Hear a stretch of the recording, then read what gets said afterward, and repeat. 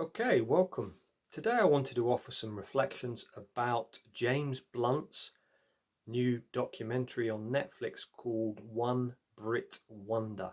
I wanted to do a bit of review, what I thought about it, but also linking it into boarding school syndrome, because James in the documentary talks quite a bit about boarding school, and he also talks about some of the symptoms. So I just wanted to make some reflections about that.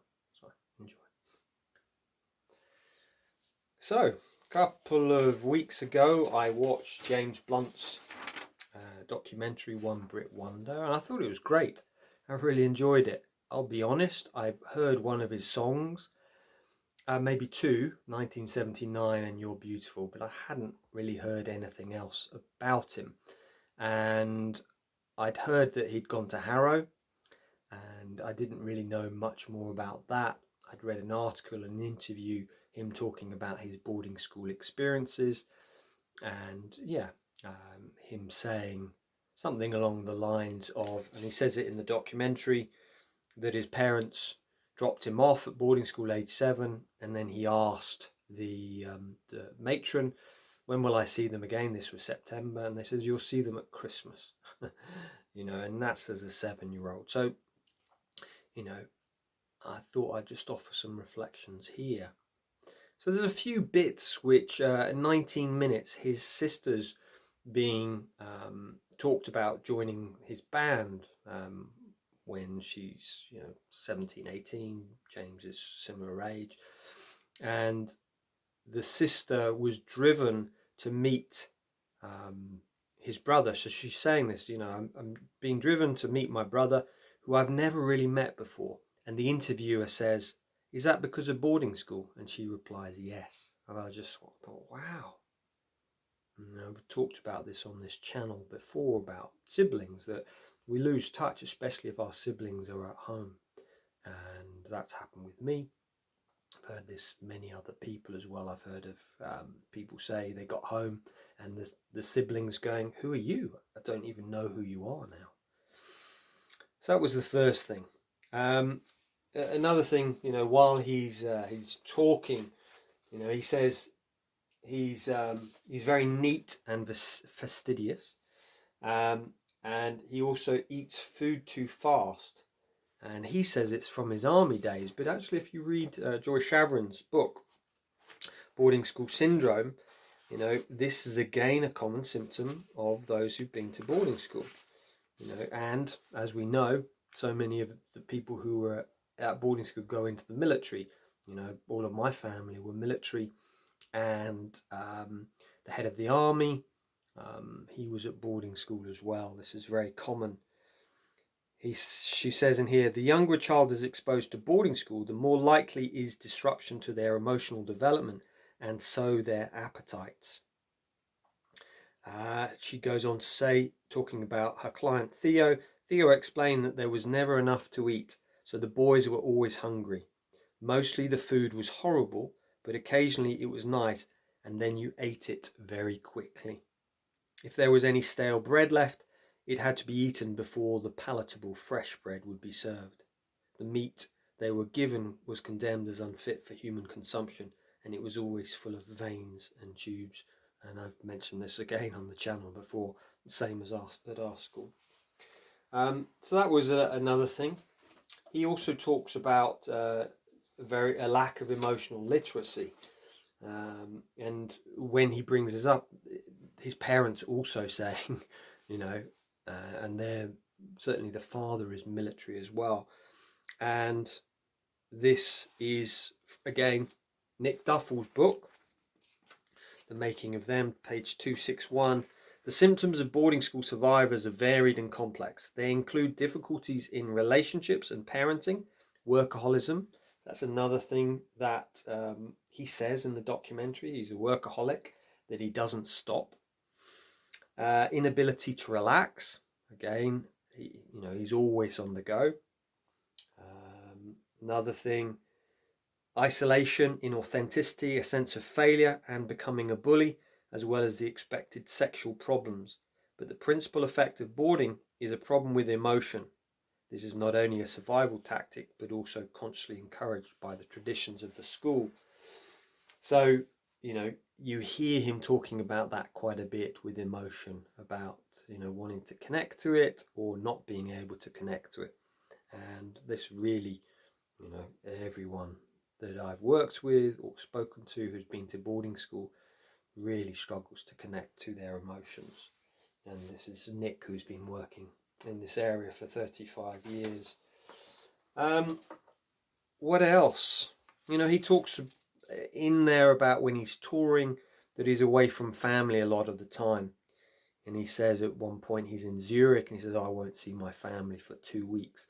And again, I was like, oh, that sounds like he's still at boarding school almost. You know, one of the things which really shocked me from the documentary, you know, overall, I feel listening to him, what a lovely man, really kind of kind-hearted person, and what he's been through. You know, I didn't realize that the press absolutely ripped him to shreds, and they still do, kind of, to a certain degree. Less so now. I'll go into why, but when he became big, the press, you know, they just destroyed him. They did horrible articles. You know, Boris Johnson called him indescribably wet. He was described as the most hated man in pop. And I was trying to work out why. Why might that be? Why do we do that? Because Robbie Williams, same thing happened with him. He left the country because you know what was happening to him. And I, you know, I almost got this sense of, you know, again, I think it's Robert Vercake in his book Posh Boys. He says that 50 out of the top 100 journalists in Britain are from private schools. You know, a lot of those are ex-boarders. You know, Piers Morgan, Jeremy Clarkson, I think Andrew Marr. You know, these people have been to boarding school. And what we learn, as Nick said, is that, you know, you disown your vulnerability, you disown your emotions. So when someone else shows this, and in a way that you're singing a song about you're beautiful, and you're taught not to share this stuff, you know, what happens and psychologically is we then project that out onto others. And I feel that's what, and this is just could be totally wrong, and this is just my projection, my in my psychological understanding, is that the press has projected their stuff onto James Blunt. Nick Duffell, page 83, he says, in adult life, the ex-boarder's disowned complex around incompetence and vulnerability will often be projected onto a life partner. And I feel in this instance, as a collective, they've projected this out onto James Blunt. You can't be vulnerable. You know, and I was reading this, and I think this is from the book by George Orwell, and he says, against no matter what degree of bullying, you had no redress. You could have defended yourself by sneaking, which, except in a few rigidly defined circumstances, was the unforgivable sin. And I feel almost on a psychological level, he has sneaked. He's gone. It's okay to show your emotions. It's okay to be vulnerable. And what's happened is the society's gone, no, you cannot show your emotions. So I you know, I found that fascinating. And he says, you know, it felt like, so this is 1 hour 15. He says, it felt like I was back at school, but I was being bullied by a nation, because he was bullied at school. So it's just like, wow.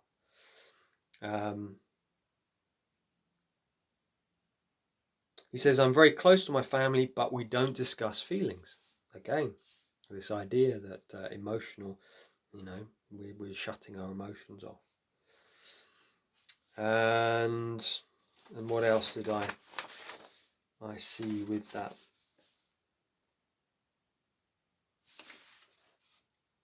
Yeah, I think that's basically it. You know, there's other bits in there, you know, talking about the war, going off to Bosnia and what he did there. But yeah, I just thought so many of the aspects that he talks about, I was like, wow, I can really relate to my own experiences.